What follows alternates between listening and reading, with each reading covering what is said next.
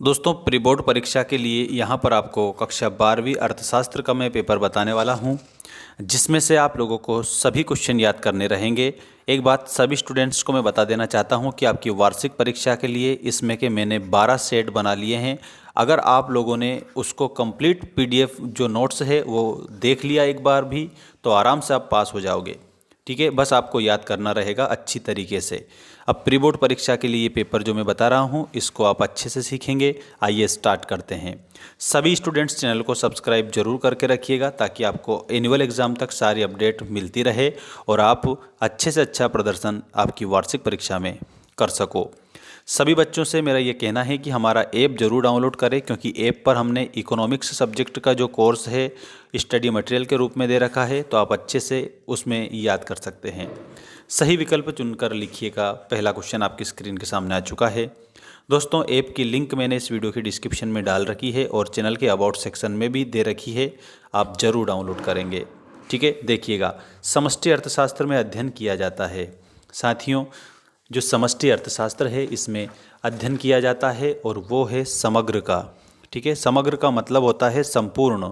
ठीक है, तो संपूर्ण अध्ययन देखने को मिलता है समग्र। अगला देखिए, औसत लागत वक्र का आकार होता है। दोस्तों ये वेरी मोस्ट आईएमपी क्वेश्चन याद रखिएगा। इसमें जेड अक्षर के जैसा होता है। ऑप्शन नंबर आप लोगों को 3rd पर जाना रहेगा।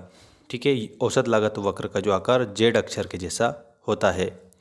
इसके बाद में नेक्स्ट है वस्तु का मूल्य बढ़ने पर पूर्ति। दोस्तों जब वस्तु का मूल्य बढ़ता है तो पूर्ति भी क्या हो जाती है, बढ़ जाती है। मतलब कि आप सभी स्टूडेंट्स को आंसर के रूप में बढ़ती है ये लिखना है। समष्टि अर्थशास्त्र अस्तित्व में आया था तो ये 1929 के बाद में अस्तित्व में आया था। दोस्तों आपकी जानकारी के लिए मैं बता देता हूँ, 1929 में हिंदी साहित्य के इतिहास को 4 भागों में बांटा गया था। ठीक है, नेक्स्ट क्वेश्चन है आपका, निम्नलिखित में से कौन सा हस्तांतरण भुगतान नहीं है। तो इसमें राष्ट्रीय ऋण पर ब्याज ये हस्तांतरण भुगतान नहीं है। तो राष्ट्रीय ऋण पर ब्याज ऑप्शन नंबर 1 आपको करेक्ट करना है।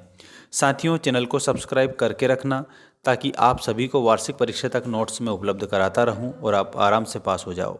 ठीक है, देखिएगा नेक्स्ट क्वेश्चन, भारतीय रिजर्व बैंक का राष्ट्रीयकरण कब हुआ था। तो इसमें भारतीय रिजर्व बैंक जो है 1949 में इसका राष्ट्रीयकरण होता है।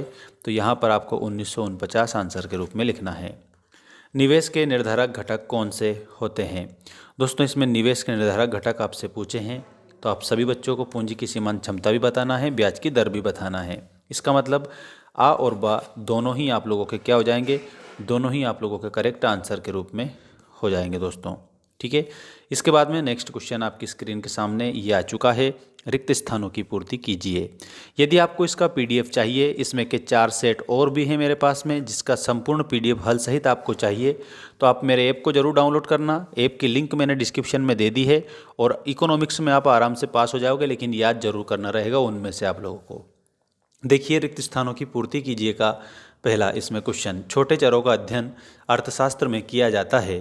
तो दोस्तों छोटे चरों का जो अध्ययन है वो आपका व्यष्टि अर्थशास्त्र में किया जाता है। ऊंची तटस्थता वक्र स्तर की संतुष्टि दर्शाती है। तो ऊंची तटस्थता जो वक्र होती है वो उच्च स्तर की संतुष्टि को दर्शाती है, तो आपको उच्च स्तर इसमें लिखना है। पूर्ति का नियम वस्तुओं पर लागू नहीं होता है। तो दोस्तों पूर्ति का जो नियम है वो नाशवान वस्तुओं पर लागू नहीं होता है, इसमें नाशवान लिखेंगे। प्रतियोगिता में प्रत्येक फर्म समरूप वस्तु का उत्पादन एवं विक्रय करती है। तो कौन सी प्रतियोगिता होती है वो होती है पूर्ण प्रतियोगिता। आर्थिक महामंदी में उत्पन्न हुई थी। दोस्तों 1929-30 में आर्थिक महामंदी होती है। किन्स का रोजगार सिद्धांत पर निर्भर करता है। तो दोस्तों किन्स का जो रोजगार सिद्धांत है ये प्रभावपूर्ण मांग पर निर्भर करता है। आपको इसमें प्रभावपूर्ण मांग सभी स्टूडेंट्स को आंसर करना है, जो कि बिल्कुल करेक्ट है। अब आप इसका स्क्रीनशॉट ले सकते हैं। You can take screenshot and learn all questions. देखिए अब आपको मैं जोड़ी बता रहा हूँ। सभी बच्चे चैनल को सब्सक्राइब करके रखना ताकि आप आराम से अच्छे नंबर ला सको।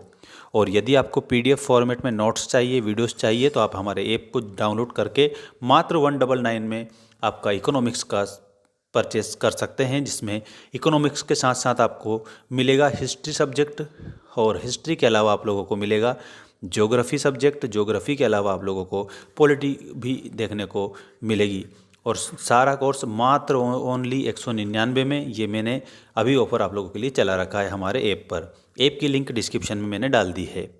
देखिए, मांग के आवश्यक तत्व। साथियों, प्यारे बच्चों, मांग के जो आवश्यक तत्व हैं इसमें 5 होते हैं, ऐसा आप सभी स्टूडेंट को बताना है।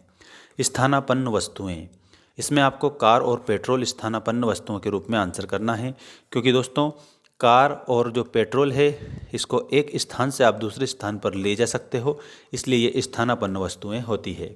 वस्तु की पूर्ति किसके द्वारा? तो दोस्तों उत्पादक के द्वारा। साम्य कीमत, तो जो साम्य कीमत है ना, मांग बराबर पूर्ति होती है तब साम्य कीमत आपको देखने को मिलती है। आप सभी बच्चों को ये बात बिल्कुल सही तरीके से याद रखना है। भारत में बजट की स्वीकृति, तो दोस्तों भारत में बजट की स्वीकृति लोकसभा के द्वारा की जाती है। रक्षा पर व्यय, ये गैर योजनागत व्यय होता है, इसमें आपको गैर योजनागत व्यय लिखना होगा। सभी स्टूडेंट एक बार जल्दी से स्क्रीनशॉट इसका ले लीजिएगा। अब मैं आपको नेक्स्ट क्वेश्चन बता रहा हूँ। देखिएगा, यहाँ पर आपका नेक्स्ट क्वेश्चन है, जब सीमांत उपयोगिता शून्य होती है तब कुल उपयोगिता क्या होती है? तो दोस्तों जब यहाँ पर अधिकतम स्थिति बता देना आप, तो अधिकतम होती है, ठीक है। प्रति इकाई लागत को और किस नाम से जाना जाता है? तो प्रति इकाई लागत को और किस नाम से जाना जाता है? इसमें बाजार लागत के रूप में जाना जाता है, बाजार लागत, ठीक है। इस प्रकार से आप सभी बच्चे याद रखेंगे। नेक्स्ट क्वेश्चन है, किसी देश में राष्ट्रीय आय की गणना सामान्यतः कितने वर्षों के लिए की जाती है? तो राष्ट्रीय आय की जो गणना है वो 1 वर्ष के लिए की जाती है, इसमें आपको 1 वर्ष आंसर करना है। समय के विशेष बिंदु पर मापी गई मात्रा को क्या कहते हैं? साथियों उसको स्टॉक बोला जाता है। आप सभी स्टूडेंट को लिखना रहेगा स्टॉक, ठीक। किसने कहा कि पूर्ति मांग को स्वयं जन्म देती है? तो ये JB से ने कहा था, इसमें आप लोगों को लिखना है JB से, इन्होंने कहा था। उपभोग फलन का समीकरण क्या है? तो दोस्तों उपभोग फलन C बराबर F/Y, ये आपका उपभोग फलन का समीकरण है, ठीक है। आप सभी बच्चे स्क्रीनशॉट ले सकते हैं, क्योंकि आप लोगों के लिए मैंने सारे आंसर लिख दिए हैं। अब मैं आपको क्वेश्चन नंबर 5 सत्य असत्य बता रहा हूं।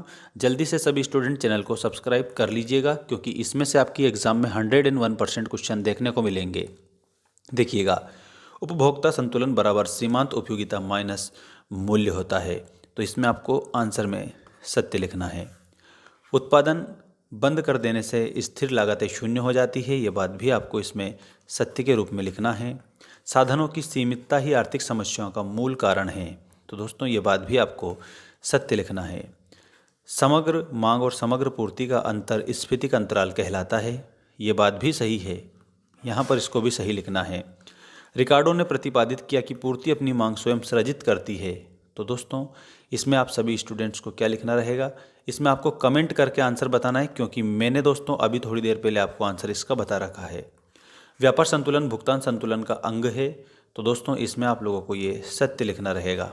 इसके बाद विनिमय दर के निर्धारण में पूर्ति का महत्वपूर्ण स्थान है, इसमें आप लोगों को असत्य के रूप में आंसर करना रहेगा, ठीक है। बाकी ये जितने भी और क्वेश्चन आप लोगों को जो दिए गए हैं, इन सभी क्वेश्चनों का यदि आपको PDF चाहिए 4 के 4 सेट का, और वो भी आंसर सहित, तो आप लोगों को हमारा ऐप डाउनलोड करना होगा। दोस्तों आप सभी के लिए मेंस एजुकेशन ऐप पर उपलब्ध करा दिया है मैंने आपका सारा कोर्स, जिसमें नोट्स भी आप लोगों को मिलेंगे, PDF भी मिलेंगे, और पेपर्स भी आप लोगों को 4-4 सेट देखने को मिलेंगे। इसलिए आप सभी बच्चे ऐप मेंस एजुकेशन को जरूर डाउनलोड करें। मात्र 199 में आप लोगों का कोर्स 8 सब्जेक्ट का मैं दे रहा हूं, क्योंकि टाइम कम है और आप लोगों को सारे नोट्स भी मैंने प्रोवाइड करा दिए हैं। तो दोस्तों ये ऑफ़र है आप लोगों के लिए, जल्दी से परचेस कर लीजिएगा सभी स्टूडेंट। मिलता हूं मैं आपसे नेक्स्ट वीडियो में।